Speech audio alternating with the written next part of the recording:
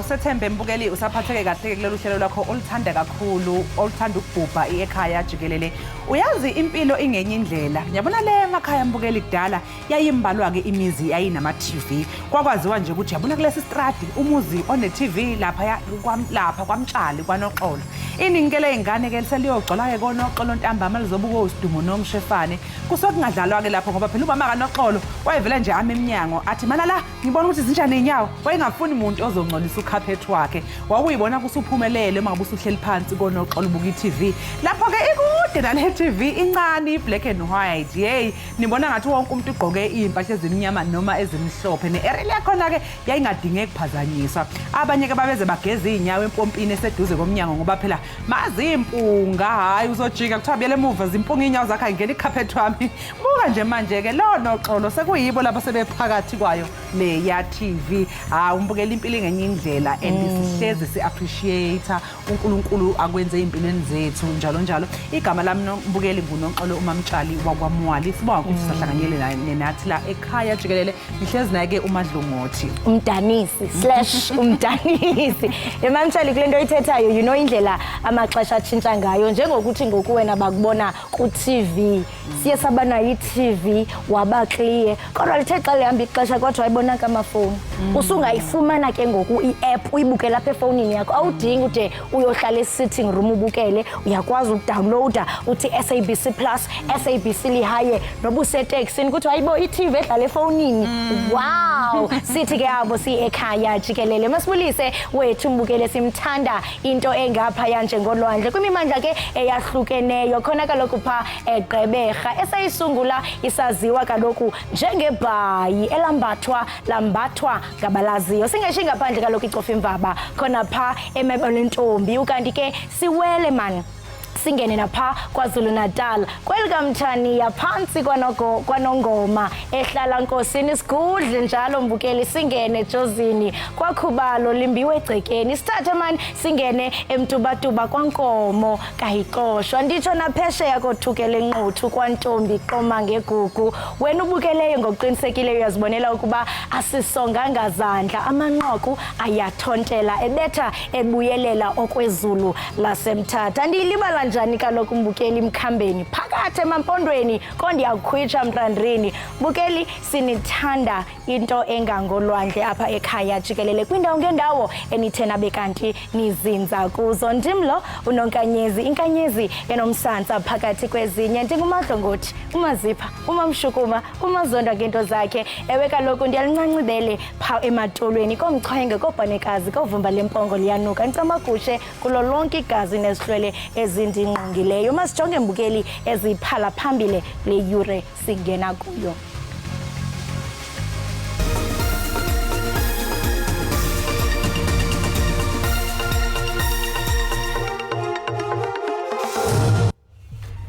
Ibambe inkomfa nonondaba ye-ANC izolo ishukuxa imo yokulungela kwayo ukubamba imayihlome rally eThekwini. If we're going to stay at the top of Africa, we have to continuously qualify for major tournaments. Ukapteni webanyana uGerman Siyaposine uthi kubalekile ukuthi njengeqembu bangene emqhudelaneni emkhulu ukuze bahlale beseqhulwini ezwenikazi Afrika.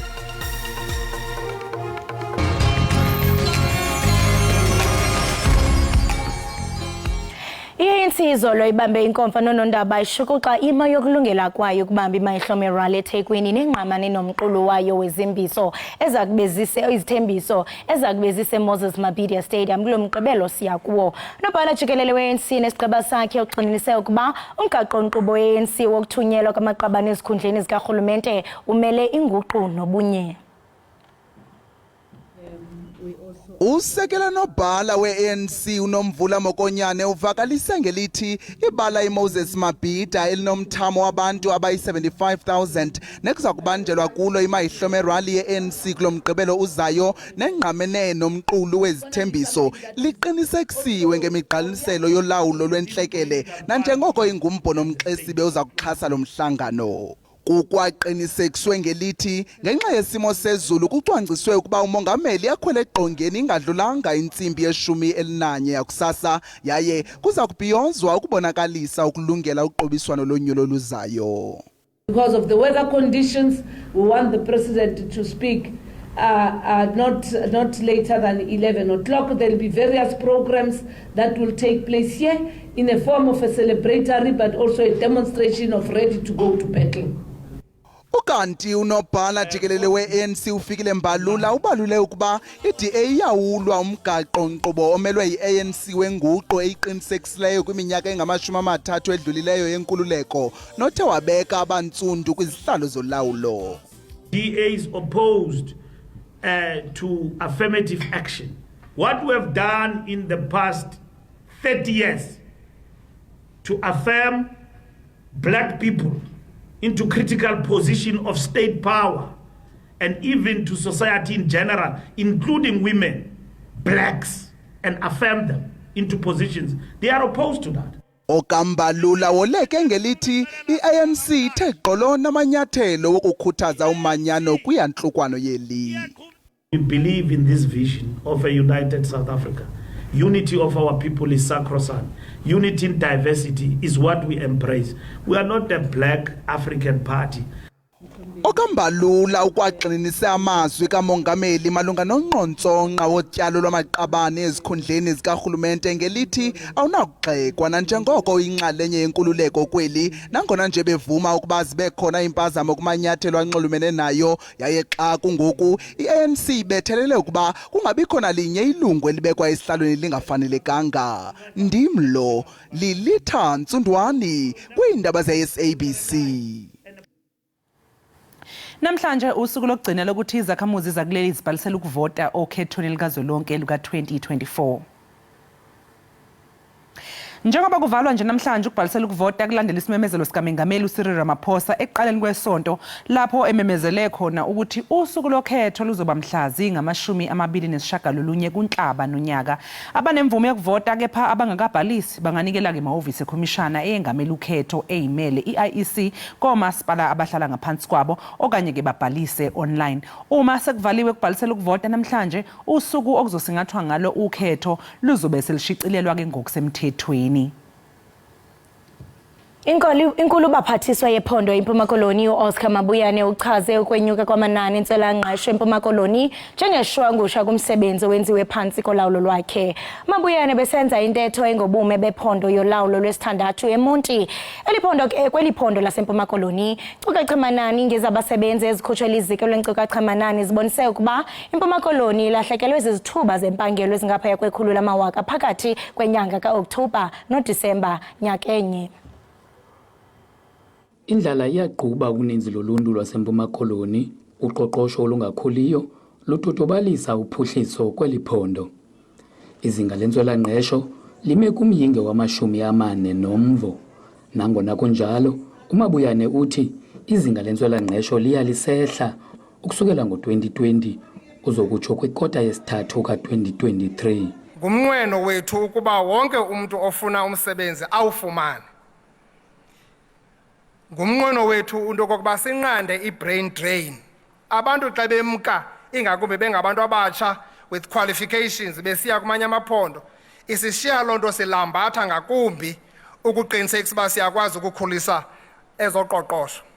Yiyo le nto sikwiphulo lokufuna abatyali izimali bazotyala imali in our province.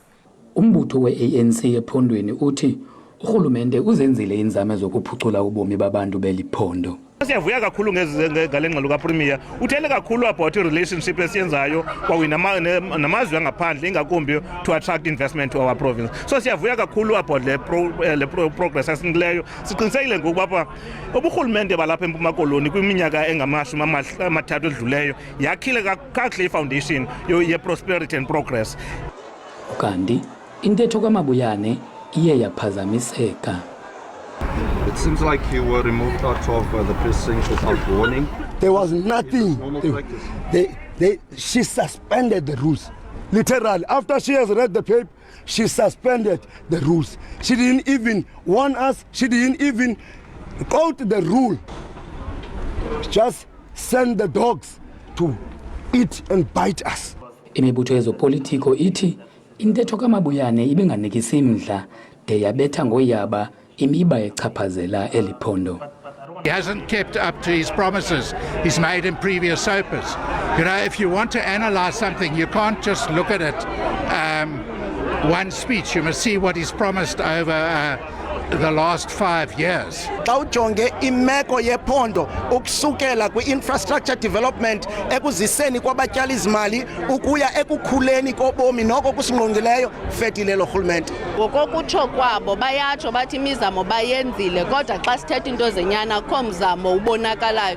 Uthetha ngee-road ezi-10-10 thina sifuna kulungiseke ii-potholes ezi sihamba kuzo. Asinayo imali othenga amaviri everyday. Usomlomo wendlu somthetho yephondo uHelen Sauls August uthi ulindele ikomiti ejongene nokuziphatha kwamalungu alendlu ukuba inike ingxelo ngamanyathelo eza kuwathatha ngendlela yokuziphatha kwamalungu e-EFF. Ndingulubaba lothatha kwindaba ze-SABC eMonti. Abasolwa abathathu abanindeka esigamukweni sokwebiwa kwezizumbulu semali engamadola eplazini kaMengameli Cyril Ramaphosa ePhalaphala bazovela phambi kwenkantolo yemantshi yaseBilabila eLimpopo namhlanje. Labasolwa babhekene namacala okuphanga ukweba kanye nokucija itulo lokuphanga ngenhloso yokweba. Kukholakala ukuthi ke ngoNhlolanja bakhala bemuka nesizumbulu esibalelwa ku$580,000 eplazini likaMengameli. Labasolwa ke izelamani zakwa Joseph Floriana noNdili Nasho okumanje ke bangaphandle ngebhayile eyinkulungwane eziyi10 zamarandi umuntu ngamunye. Kanti ke kukholakala ukuthi ungqondongqondo lesehlakalo uEmmanuela David yena ke mbukeli wanqatshelwa ke ibhayili. Kulindeleke ukuthi kuqale kungekudala ukuqulwa kwaleli cala. Mbukeli sathi ke ku8 kanti mangabe sibuya sokuphathela ke uFiesta Black ozobeke esinandisela unganyakazi siyabuya yazi ngakhumbula ingoma yakhe le yayithi shigubu shikashinene ayi shikuteka one mbukeli masiqheve enkileni. Lord have mercy.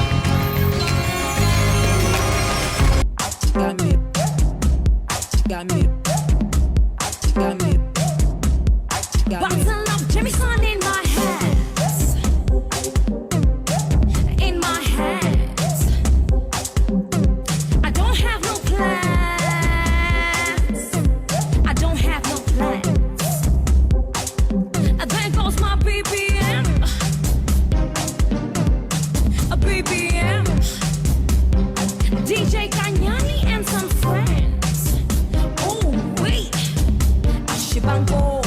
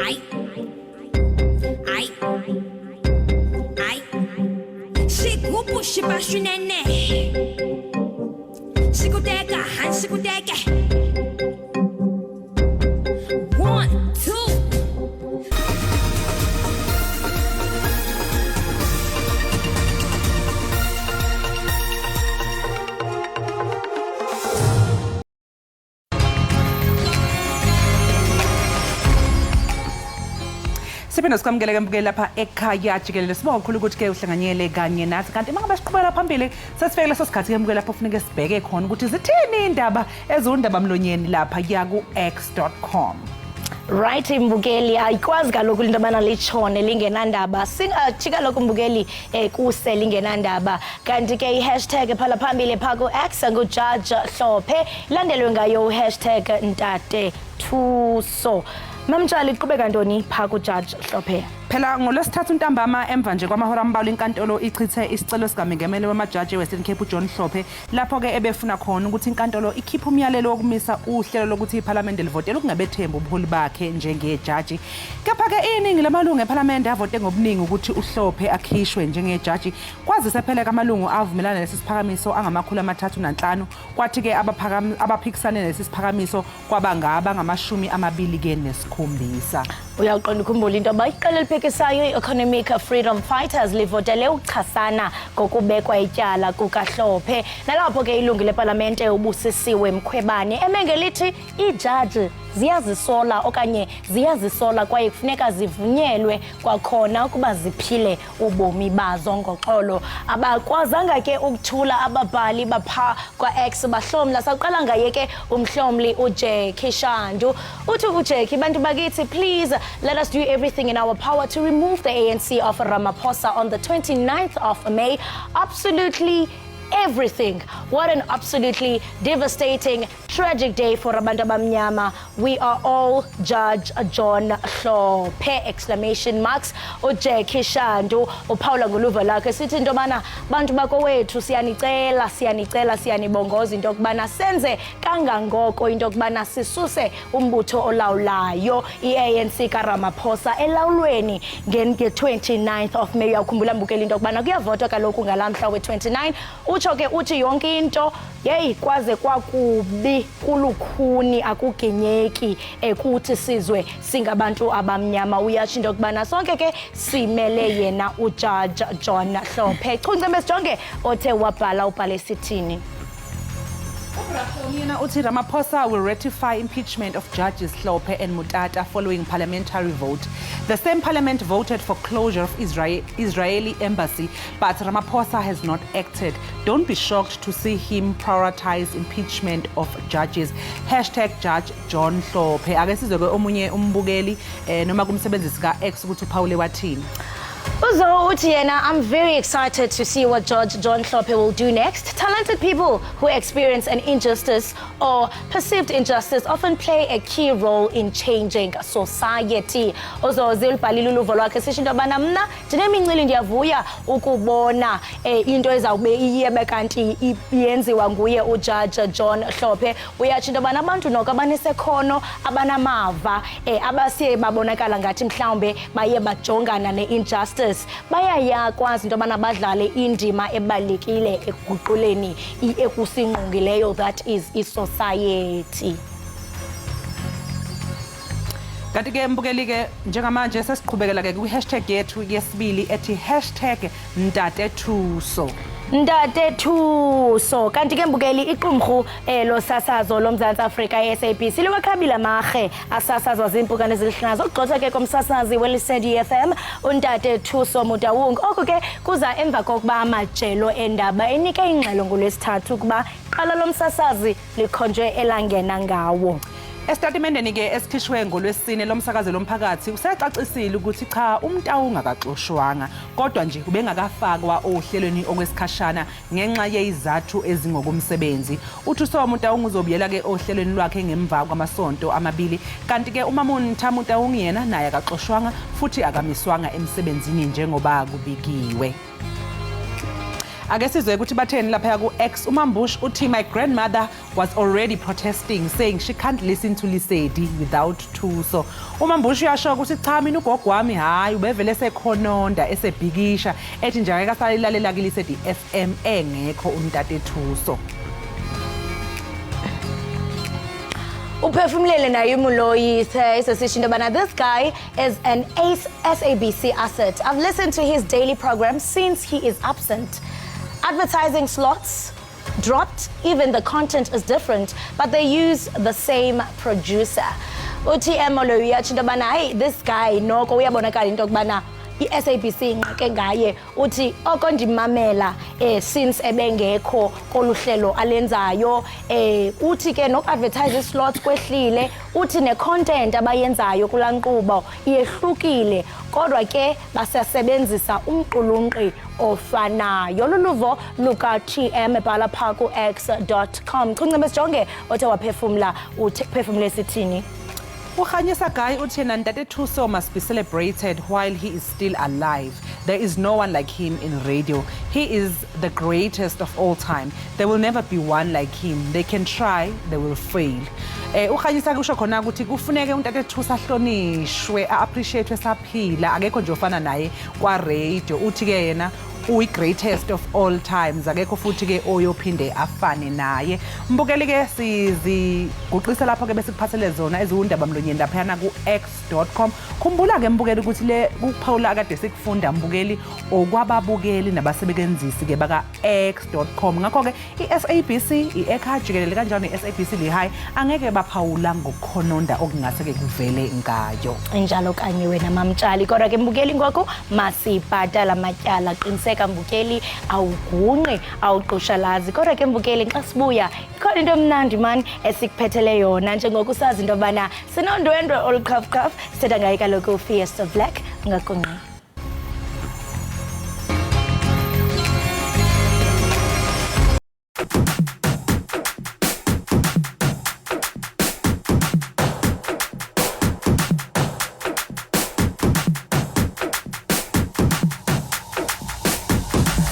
Village.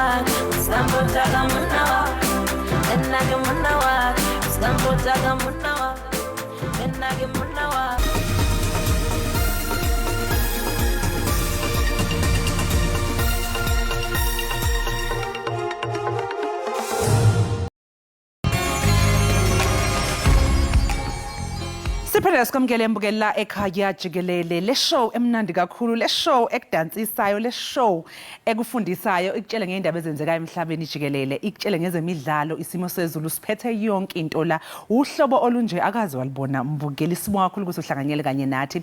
uFiesta Black ke ogama lakhe la ngempela uThandi Mkhwangwa uzakhele ke udumo ngemva kokukhipha ialbum yakhe ngokuhlanganyela nabanye abaculi bomculo wehouse abafana no DJ Mbuso.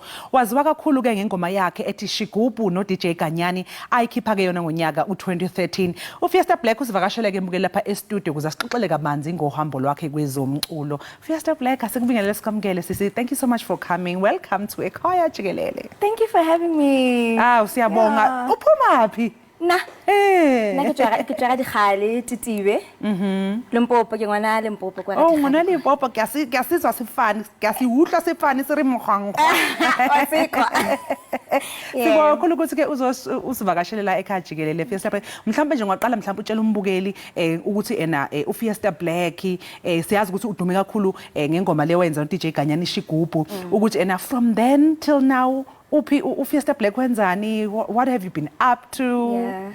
Well, I took a break, a very well needed break. You know, the industry is a lot. So I faced the challenges in Chinyana. So I felt the need to just step back a bit, center myself towards myself. So I was in Joburg for some time, and then I moved to Ekhaya, and then I started working on radio. Nice. So I'm a radio girl now. Yes. I'm a radio girl. I'm working at Energy FM. So I do an energy drive, but then I'm still doing the music. Gaming. I'm collaborating with the artist Limpopo. Bomorosto, you're going to see him also, he's coming through. Oh, wow. I did a track with Shandesh last year also that did pretty well. So yeah, I'm still doing the music. It's just that I get a break because yeah. But I'm so glad ukuthi ubuyile and ubuya ngeforce ke uyabona nje uyashisa uyababa umuhle umnandi umculo. So ungathi ke yini mhlawumbe into oyifundile between then and now njengoba usho na ukuthi uyathatha ibreak ngenxa ukuthi it got too much. So mhlawumbe ungathi uyi-equip ngabapha ama skills kuphi into oyibona ukuthi yazini kuze ngizo overcome la ama challenges engangina weqaleni. This is what I'm going to do. I think the most important thing is to listen to yourself and to understand what I'm life and process. So like not everything is going to happen overnight.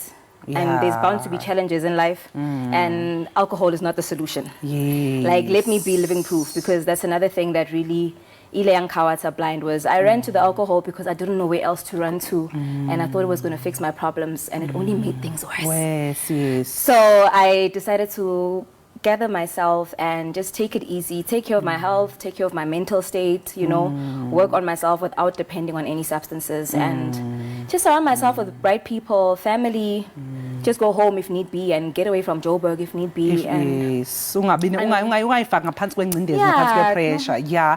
So ke ngiyakhumbula umusebenza no DJ Kanyani awusixoxela nje usi lolo hambo lwalunjani, naqala kanjani, nani inspireshwa yini ukuthi nenze Shigubu because yo kwakuyiculo elikhulu kakhulu la eNingizimu Afrika. No, the collaboration with Kanyani came through the producer who actually did the beat to TV, DJ Chase. So he's the one that actually introduced me to Kanyani years back. Look, it was a bittersweet experience, you know. We traveled a lot. We did a lot of great things together. But with every good thing comes the bad side of things, you know. And I feel like people didn't respect each other, and people weren't honest with each other. So as a result, it didn't work out, you know. So it's unfortunate, but I also believe everything happens the way Sanjay and it's just a matter of accepting things as they are, as they come, and moving on from that, and not holding on to stuff for too long. Yeah. So ungam-advise kanjani ke u-artist osafika ke na kwi-industry ukuthi mhlawumbe angayithole kwi-position efanayo where you were mhlawumbe with regards to ukusebenzisana namanye ama-artists ama-collaborations njalo njalo? You need to have a thick skin. Like not everyone is going to like you, and don't take rejection too hard. Like if you knock on doors and doors don't want to open, it doesn't mean that you sag or you're bad at what you do. You know what I'm saying? And also just learn the business side of things. Understand your contracts. Understand the business side of things. Don't just be like me when I was a young and getting into the game. I would just want to be on TV. I just want to be a superstar. because that's another thing that a lot of things could have been avoided if I had given myself time and surrounded myself with people who were going to teach me the business side of things also. But lessons learned, so anyone who wants to gun this route, learn the business side of things, you know, surround yourself with the right people, get yourself a legal representative who's going to tell you and who knows the music side, business side, who's going to protect you. You know, don't just be solo. Yeah, so Fiesta Black ke ama fans akho angalindela in 2024 ngizula ukukhuluma ama collaborations album. I-album as influencer. Yeah. Can you go and the single, ne? Yes. Just a few singles because I feel like I've been quiet for some time. Yeah. So maybe in the single, maybe J4. Then I can work on an album maybe later in the year. But now I just want to focus on collaborations, more collaborations, the radio side of things, and building my Limpopo Mpopi brand. Yes, ke sikufisela konke okuhle, sikufisela konke okukhanyayo futhi siyazi ukuthi uzoroka. Thank you so much for ukuthi usijoine la ekhaya Jikelele. Ngiyazi ukuthi usazosinikeza enye ingoma. Ithini ingoma yakhe elandelayo? Murasto babajaniti. One day. Murasto featuring myself and Justin Rams. All right. Mbukeli okwamayiso nje ke qhu ngaseyitolo kodwa bangabe sibuya uFiesta Black uzobe ke seshayela ingoma yakhe emnandi ukalinga uphuthelwe kusekhaya Jikelele.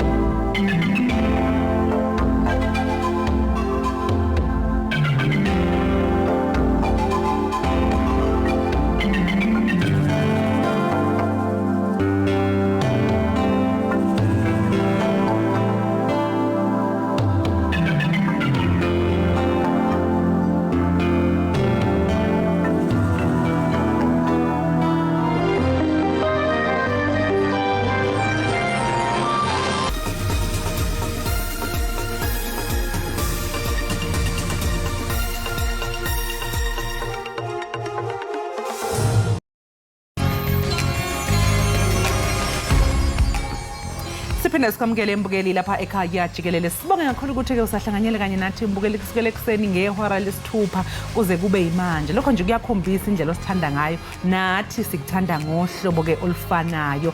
Khumbula ke imbukeli ukuthi phela uyakwazi ukuthi usibukele noma ukuphi lapha ku SABC lihaye SABC Plus noma ngabe usebhasini sesitimeleni usemshadweni noma ngabe usemsebenzini masathatha nje ikhefu uvela uhlale khona lakho wedwa ukhipha ifone uthi ekhaya Jikelele ngoba thina la ekhaya Jikelele sihlezi sikuphathele konke ukumnani. Injalo ende wena siyinqubo eyenza umohluko. Yazi omnye umuntu anganqwala athi hayiboni yaphosisa. Yabona nje masibane siba nodliwano ndlebe, siba nodliwano ndlebe nosomashishini uyaqonda ukhumbule wena mamtshali into okubana earlier this week siyesanodliwano ndlebe nentwazana yapha kubhonqa emampondweni kwiphondo laseMpuma Koloni uzandiswa ebalisa ngebali lakhe into okubana uqale ishishini esemakhaya uthengisa inkukhu uthengisa imibhako emva kwenkqubo agcwala amakhasimende namanga wethu andithi upostile na into abana nzabe ndise ekhaya kuba nalandi into abana ibosuka emakhaya kwindawo esemaphandleni kwinkqubo emila kunje abantu bayakubona bayimani uthembekile yangapheleli nje kuphela kwi-customers uthi hey siyanibulela Ekhaya Jikelele, because after that interview ndifumane umnxeba osuka kwabanye abantu abathi hayibo sifuna into yokubana sikuxhase sikuvile pha ukhala into yobana yeyi amantshontsho wethu afuna ukuthini. Imessage nantsi andiphosisi ilapha, ndingayivula ithi bha utshilo othi ndiyabulela ndifumane umntu othi ufuna ukunixhasa kweli shishini lam. Into ethi siyinkqubo, asipheleli nje into yokubana sithethe nabantu kodwa senza umohluko, sishintshe impilo yabantu. Uyayiva mamtshali, ingathi ufuna ukhala. Ekhaya Jikelele. No, silinkqubo wethu, yabona le nkqubo yinkqubo wena mamtshali ekhethekileyo, ayifani nezinye. Eyona nto imnandi kukuba isasaza ngolwimi lwesiNguni. Nomakhulu ongathi yeyi mna andizive izinto ezishwantshwathwa pha okanye abantu abathetha ngathi nguPopayi, ayiba kutsho mna badla ngokutsho makhulu bathi hayi mani xa uthetha isilungu uthetha ngathi nguPopayi. Kodwa sisasaza ngolwimi lwesintu, into ethi ke umXhosa, umZulu phakathi deep in the rural areas uyakwazi into yobana asive. Mbukeli ke sesifike ke ekupheleni kohlelo besiphathele lona namhlanje kulesihlanu, kodwa siyathembisa ukuthi ngomsombuluko ekseni sobe sesikhona ke sizokwenza konke ke lokhu osidume ngakho. Ewe mbukeli, asinishi nodwa kaloku mbukeli, ikhona into esiniphathele yona. Khona kaloku Fiesta Black ngengoma yakhe emnandi. Uyonwabele mbukeli, thina sizawubonana ngeMonday. Benompelaveki emnandi, uziphathe kakuhle.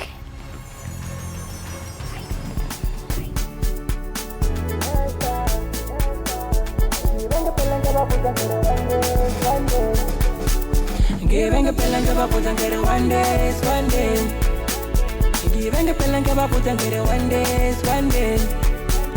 Giving a pill and give up and get it one day, one day. Giving a pill and give up and get it one day, one day. Giving a pill and give up and get it one day, one day. Okay, I can't give up, I couldn't get it one day, one day.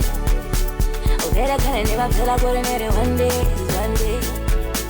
Oh, better can I never tell I couldn't get it one day, one day. Oh, better can I never tell I couldn't get it one day, one day. Oh, better can I never tell I couldn't get it one day, one day.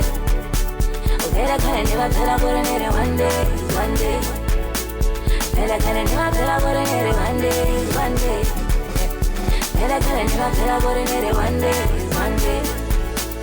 Gila bantarelele, obana banita. Really change it, I'm gonna but it's been a long time. Gile bantarelele, obana banita. Really change it, I'm gonna but it's been a long time. Logo bani wana, but it's been a long time. Kale inga bula boli for a long time.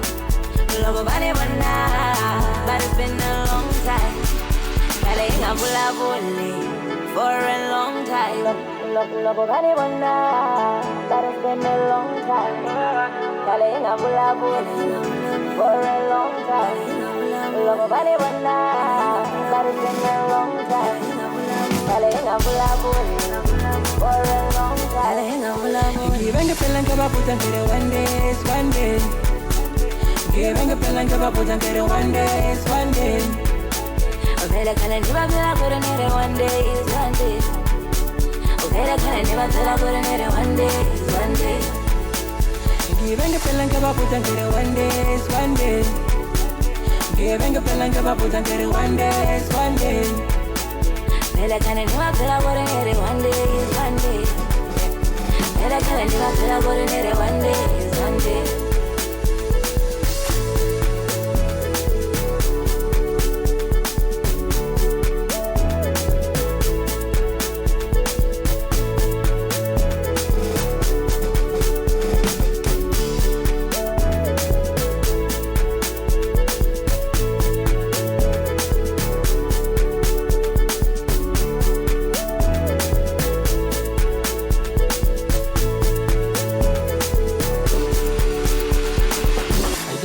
Kele wa bomme kere ke bona bounce chaki borona bara kondele la wana gari dolonga kondele de ganni di lokile ke bona banda te batwa Yega mon kele wa bomme kere ke bona bounce chaki borona bara kondele la wana gari dolonga kondele de ganni di lokile ke bona banda te batwa Nanga bona banda te batwa Ngibe ngempela ngiyababuza ngire one day, one day. Ngibe ngempela ngiyababuza ngire one day, one day. Vela kana niba vela gore nere one day, one day. Vela kana niba vela gore nere one day, one day. Ngibe ngempela ngiyababuza ngire one day, one day. Ngibe ngempela ngiyababuza ngire one day, one day. Vela kana niba vela gore nere one day, one day. Vela kana niba vela gore nere one day, one day. Vela kana niba vela gore nere one day, one day. Vela kana niba vela gore nere one day.